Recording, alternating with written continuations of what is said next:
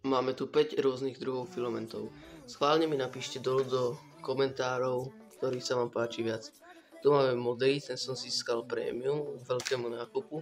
Tu máme žlté PLAčko, že je priebehové, ale nevidno, že je priebehové, pretože je celé jednej farby a priebehové sú, že malo by tam byť viacero farieb, ale nie sú.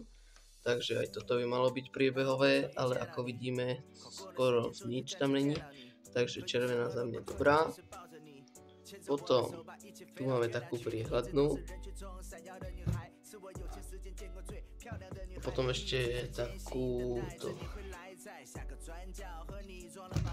Takže napíšte dolu do komentáru, že ktorý filament sa vám páči viac. Toto je jednotka, dvojka, trojka, štvorka, päťka. Takže napíšte. Dávajte odber.